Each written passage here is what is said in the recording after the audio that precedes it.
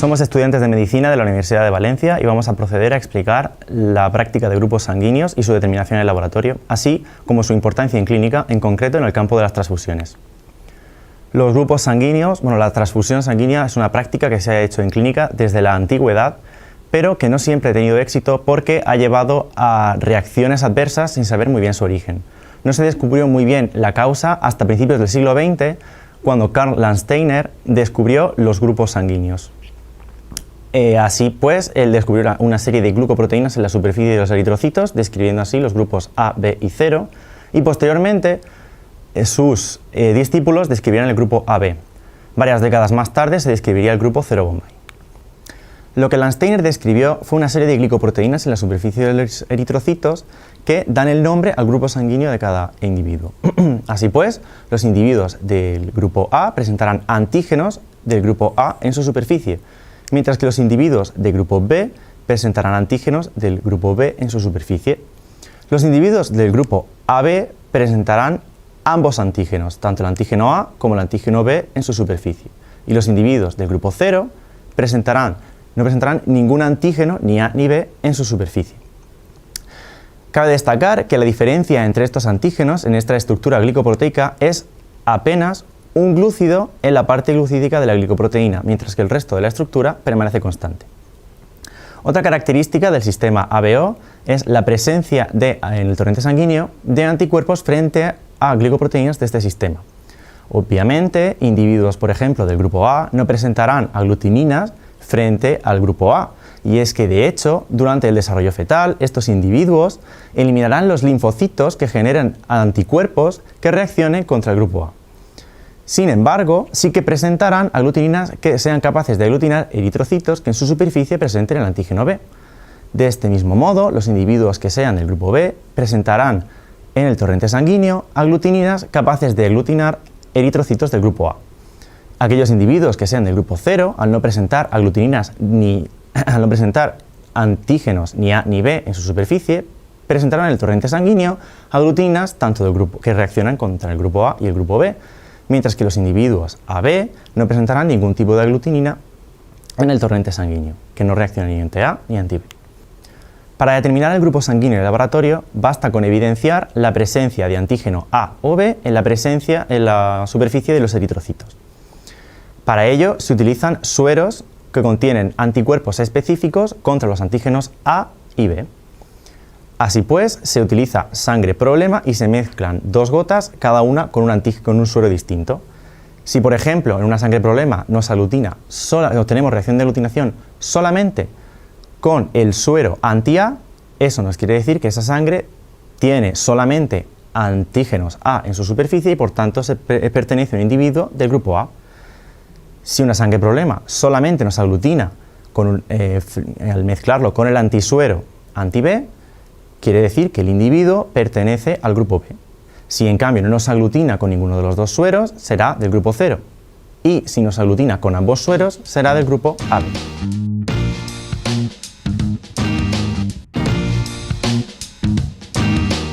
Para la toma de muestra, se les pinchará en la punta del dedo previamente desinfectado con alcohol. Cada voluntario colocará 2 gotas de sangre en 2 portaobjetos que enfrentaremos con anticuerpos frente al antígeno A en el lado izquierdo, frasco azul, y anticuerpos frente al antígeno B en el lado derecho, frasco amarillo.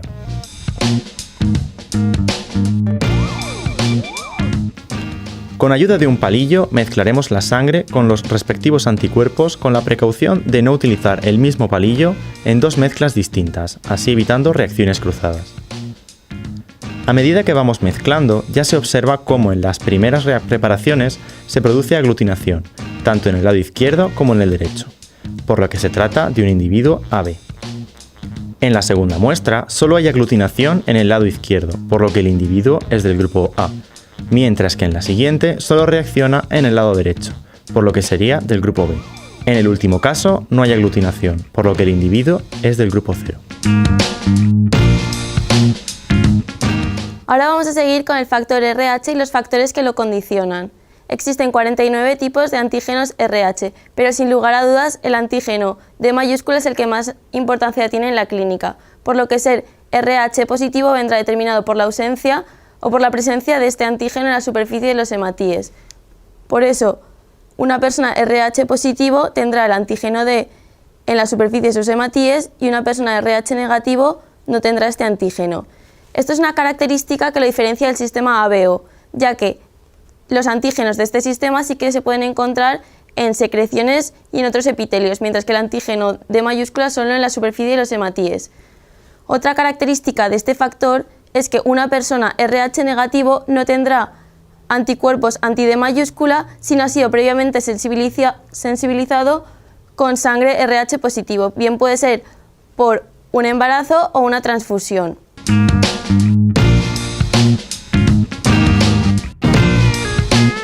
Ponemos una gota de sangre en un portaobjetos y añadimos anticuerpos anti-D mayúscula y mezclamos con un palillo.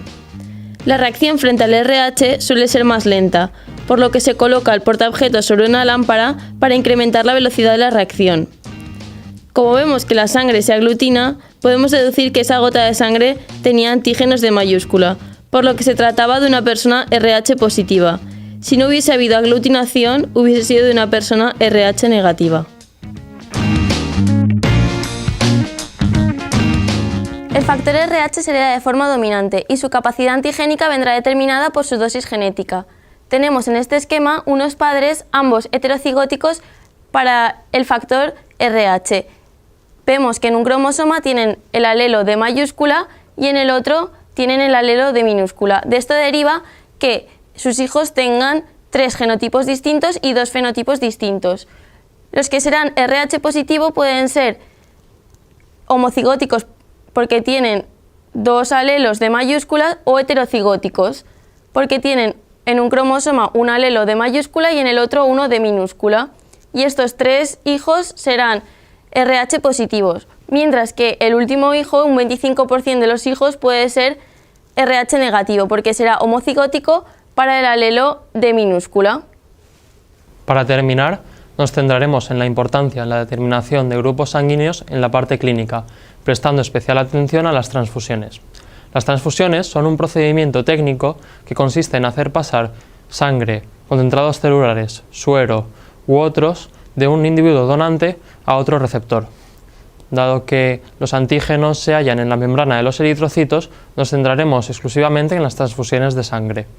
Para que una transfusión de sangre sea viable, tendremos que fijarnos en que los eritrocitos, los antígenos que se hallan en la membrana de los eritrocitos del donante no coincidan con los anticuerpos que se hallan en el plasma del receptor. Si esto sucediera, se produciría un fenómeno de aglutinación, lo cual podría empeorar el estado del paciente.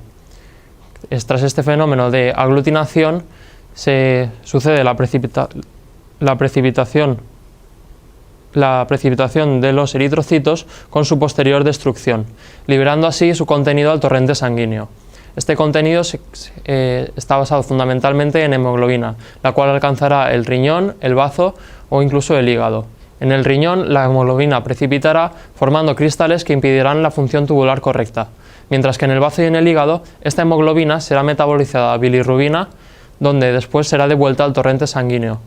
Acumulada en exceso en la sangre, la bilirrubina provocará un cuadro de ictericia en el paciente. La pérdida de hematíes debido a la destrucción por la hemaglutinación empeorará el estado de anemia del paciente. Teniendo en cuenta este criterio, es muy fácil determinar cuáles serán las transfusiones que puedan ser consideradas como viables. Dado que en los individuos de grupo 0 no presentan antígenos en la membrana de sus eritrocitos, podrán ser considerados como donantes universales, mientras que los individuos de grupo AB, al no presentar anticuerpos en su plasma, serán considerados como receptores universales. Si bien normalmente las transfusiones de un individuo de grupo 0 a otro individuo suelen ser viables, pueden llegar a ser no recomendables cuando éstas se tratan de transfusiones de un gran volumen, puesto que los anticuerpos anti-A y anti-B presentes en el plasma del individuo donante pueden aglutinar los hematíes del receptor, llevándonos a una transfusión de sangre completa, lo cual no puede ser ideal en la mayoría de los casos. Aquí tenemos una tabla donde se muestra la viabilidad de las transfusiones en función del grupo sanguíneo del donante y del grupo sanguíneo del receptor. En blanco están marcadas aquellas transfusiones que son viables y asimismo en rojo estarán marcadas aquellas transfusiones que serán inviables en cualquier caso. En azul tenemos marcadas esas transfusiones que bien pueden ser viables, pero en algunos casos no recomendables, y en estos casos sería preferible realizar una transfusión de concentrado de hematíes. Por último, cabe destacar que en la tabla también tenemos en cuenta el sistema RH. Como siempre, para decidir si una transfusión es viable, los antígenos en la membrana de los eritrocitos del donante no pueden coincidir con los anticuerpos en el plasma del receptor. En este sentido, la sangre RH negativa, al no presentar antígenos D mayúscula, podrá ser transfundida a individuos con sangre RH positivo o RH negativo sin que esto origine ningún problema. Normalmente no estamos sensibilizados frente al RH positivo y por ello, en casos de emergencia y cuando no exista ninguna otra alternativa física, se podrá realizar una transfusión de un individuo de sangre RH positivo a otro de sangre RH negativa. Sin embargo, la sensibilización causará la aparición de anticuerpos anti-D mayúscula en el plasma del receptor, lo cual aglutinará los eritrocitos transfundidos y provocará su destrucción, por lo que la transfusión habría de repetirse en el transcurso de los próximos días. Además, la sensibilización puede generar problemas de eritroblastosis fetal grave en aquellas mujeres que se hallen de RH negativo que quisieran quedarse embarazadas.